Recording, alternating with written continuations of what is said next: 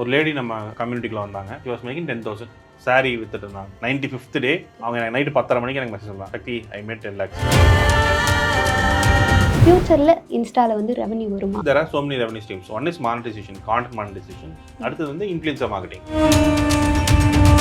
Hashtags and keywords. So முன்னாடி வந்து hashtag work ஆகிட்டு இருந்துச்சு. இப்போ அதை நீங்கள் சும்மா போய் ஹேஷ்டேக் 0 மாட்டம் போட்டோன்னா அது 12K பீப்புள் யூஸ்னு போட்டுருக்கும்.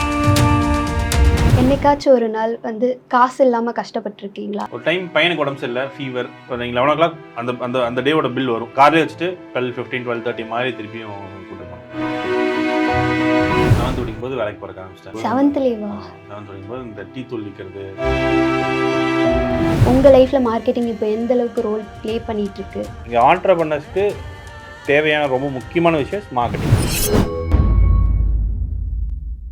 யூடியூப்பில் ஒரு ரெவென்யூ வருது, ஃபேஸ்புக்கில் ஒரு ரெவென்யூ வருது, பட் இன்ஸ்டாகிராமில் வந்து ஒரு டைமில் வந்து போனஸ்னு ஒன்று கொடுத்துட்டு இருந்தாங்க, அதுக்கப்புறம் ஸ்டாப் பண்ணிட்டாங்க.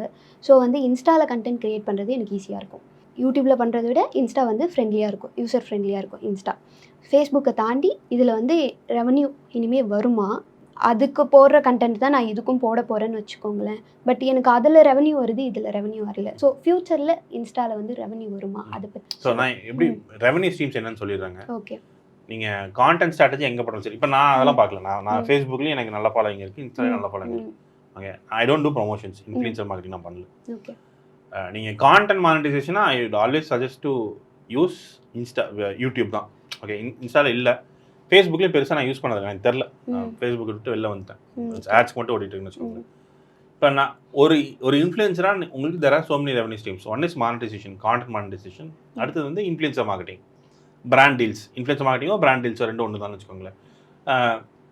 உள்ளுக்குள்ளார நீங்கள் போடுற கண்டென்ட்லேருந்து நம்ம எதாவது பண்ண முடியுமான்னு பார்க்கலாம். ஓகே, கொலாபரேஷன் மாதிரி ஒரு பிராண்டோட கொலாபரேட் பண்ணுறேன், இவ்வளோ நம்பர் ஆஃப் வீடியோஸ் பண்ணுறேன்னு சொல்லிட்டு அந்த ரெவன்யூ எடுக்கலாம். ஃபியூச்சர் இஸ் டுவர்ட்ஸ், இந்த கேள்வி நான் இப்படி மாற்றி கேட்கணும்னா, future is towards short video formats. இப்போ யூடியூப் இஸ் லாங் ஃபார்மேட், அதில் ஷார்ட்ஸ் இருந்தாலும் long format. Instagram is short format. So எனக்கும் ஷார்ட் ஃபார்மேட் தான் பிடிக்குது, ஏன்னா லாங் ஃபார்மேட் பேச முடியாது. And it's easy to make. இல்லை இப்போ இன்ஸ்டாவில் வந்து ஹேஷ்டேக்ஸ் பதிலாக கீவேர்ட்ஸ்னு ஒன்று போடுறாங்க இல்லையா? So hashtags and keywords differentiate பண்ணணும். ஸோ முன்னாடி வந்து ஹேஷ்டேக் ஒர்க் ஆகிட்டு இருந்துச்சு. Okay, for example hashtag flush பீட்டா டவுன் சேலஞ்சுன்னு ஒன்று போட்டோம். இந்த ஜல்லிக்கட்டு டைமில் கோக்கெல்லாம் கீழே ஊற்றுன ஞாபகம் இருக்குங்களா? ஸோ அதை நான் தான் ஸ்டார்ட் பண்ணிவிட்டேன். ஃபஸ்ட் வீடியோ டாய்லெட்டில் பெப்சி ஊற்றினேன். அப்புறம் என் ஃப்ரெண்ட்ஸ் 2 பேர் போட்டாங்க, அப்புறம் 10 பேர் போட்டாங்க, 25 பேர் போட்டாங்க. இதே ஹேஷ்டேக்கை போட்டு ஒருத்தர் டி லெவலில் வந்து கொட்டினாரு, இட் பிகேம் வைரல். ஸோ புரியுதுல? So now that's a challenge. இப்போ ஹேஷ்டேக் 0 ரூபி மார்க்கெட்டருங்கிறது இஸ் அ ஹேஷ்டேக். இப்போ அதை நீங்கள் சும்மா போய் ஹேஷ்டேக் 0 ரூபி மார்க்கெட் போட்டோன்னா அது 12K பீப்புள் யூஸ்னு போட்டிருக்கும், 12,000 பேர் யூஸ் பண்ணியிருக்காங்க போட்டிருக்கும். அது அப்போ ஒர்க் ஆகிட்டு இருந்துச்சு, சர்ச் லிஸ்ட்டில் இருந்துச்சு. இப்போ அது கிடையாது. இப்போ கீவேர்ட்ஸ் தான் உள்ளே வருது. ஸோ அந்த கீவேர்ட்ஸை போட்டு நீங்கள் போடுறது 3 கீவேர்டு போடலாம், 3 to 5 கீவேர்ட்ஸ் போட சொல்கிறாங்க. முன்னாடி வந்து 30 ஹேஷ்டேக்ஸ் போடுவோம், 10 hashtags for location, 30 hashtags. So அதெல்லாம் போட்டு இப்போ அதெல்லாம் ஒர்க் ஆகல. அதெல்லாம் இந்த வீடியோ சொல்லிட்டேன், 3 to 5 keywords is enough. So இது மாறிட்டே இருக்கும். ஆனால் நான் என்னோட பாயிண்ட் ஆஃப் வியூ என்ன சொல்லணும்னா, ஒரு ஹேஷ்டேக் உங்களோட ஹேஷ்டேக் இருக்கணும். இப்போ ஹேஷ்டேக் 0 ரூபி மார்க்கெட்டருங்கிறது என்னோட hashtag, that's my identity. Or hashtag 365 days of marketing is my identity. ஸோ இதெல்லாம் ஐடென்டிட்டி. உங்களுக்கு ஒரு ஐடென்டிட்டி கிரியேட் பண்ணிக்கோங்க. என்னைக்காச்சும் ஒரு நாள் வந்து காசு இல்லாமல் கஷ்டப்பட்டுருக்கீங்களா? ஏன்னா வந்து உங்களோட வழி வந்து இன்னொருத்தவங்களுக்கு இன்ஸ்பைரிங்காக இருக்கலாம்.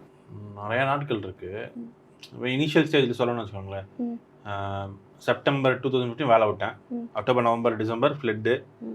நான் அக்டோபர் ஒன்றும் பண்ணல, நவம்பர் மிடில் மழை வந்துருச்சு, எல்லா சர்ப்ரைஸும் கேன்சல் ஆகிடுச்சு. December flood washed out.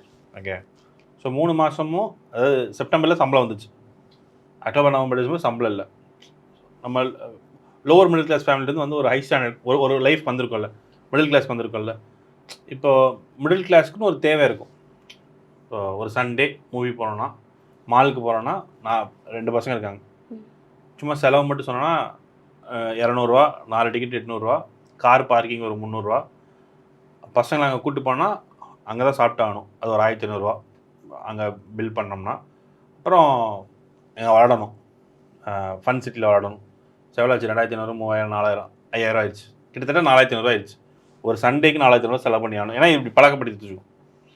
So நான் என்ன பண்ணுவேன்னா, சண்டே காலையில் சீக்கிரமாக வண்டலூர் கூட்டு போயிடுவேன். நடை கூட்டு வந்தோம்னா பிரேக்ஃபாஸ்ட் போட்டோன்னா வேலை முடிஞ்சு வந்து தூங்கிடுவான். என்ன ஹோல் டே தூங்கிட்டு சாயந்தரம் தான் எந்திரிப்பேன் இதுக்கு போகிறதுக்கு, பீச்சுக்கு போகிறதுக்கு. ஸோ அப்போ என்னோடய காசு கம்மியாகும். ஒரு 500 முடிஞ்சிடும், 1000 முடிஞ்சிடும். இதெல்லாம் நானாக ரொம்ப கான்ஷியஸாக எடுத்த டெசிஷன் வச்சுக்கோங்களேன். ஒரு டைம் பையனுக்கு உடம்பு சரியில்லை, ஃபீவர்.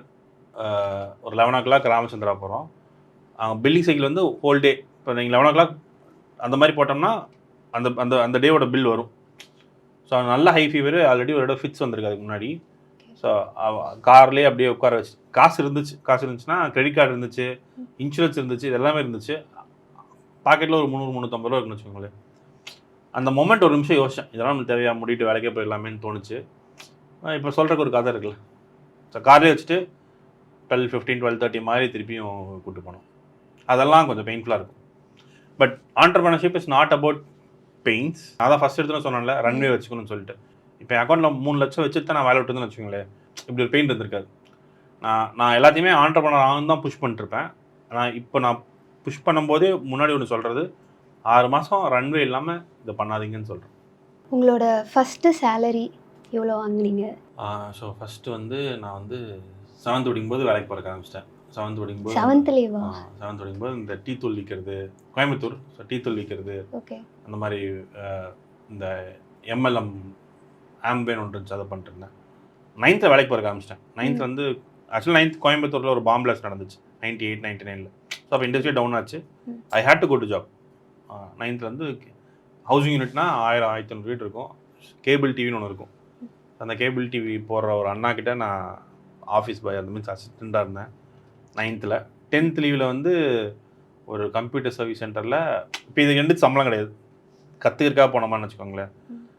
10th லீவில் ஒரு கம்ப்யூட்டர் சர்வீஸ் சென்டரில் ஆஃபீஸ் பாயாக இருந்தேன். ஐ திங்க் 500-600 சம்பளம். காலேஜ் முடிச்சு டிப்ளமோ முடிச்சு கேம்பஸில் ப்ளேஸ் ஆனப்போ கிடச்ச ஃபஸ்ட்டு சேலரி 2500 rupees. 2003. இப்போ எவ்வளோ earn பண்ணுறீங்க அப்ராக்சிமேட்டாக சொல்லலாம் ஜஸ்ட்ல? இப்போ 500 இப்போ என்னோட revenue is around 20 lakhs a month. உங்கள் லைஃப்பில் மார்க்கெட்டிங் இப்போ எந்த அளவுக்கு ரோல் ப்ளே பண்ணிகிட்ருக்கு? ஸோ நான் வந்து இப்போ சென்னையில் வந்து சர்ப்ரைஸ் பிளானிங் ஆரம்பித்தோம், வேலை விட்டு வந்தோம். அப்படிங்கும்போது 13லேருந்து நான் பண்ணுறக்க ஆரம்பிச்சோம் வச்சுக்கோங்களேன். சர்ப்ரைசஸ் சென்னைக்குள்ளே பண்ணுறக்க ஆரம்பிச்சிட்டோம். முன்னாடி காசு இருந்துச்சு, ஃபெயில் ஆச்சுனாலும் பிரச்சனை இல்லாமல் இருந்துச்சு. வேலை விட்டாச்சு.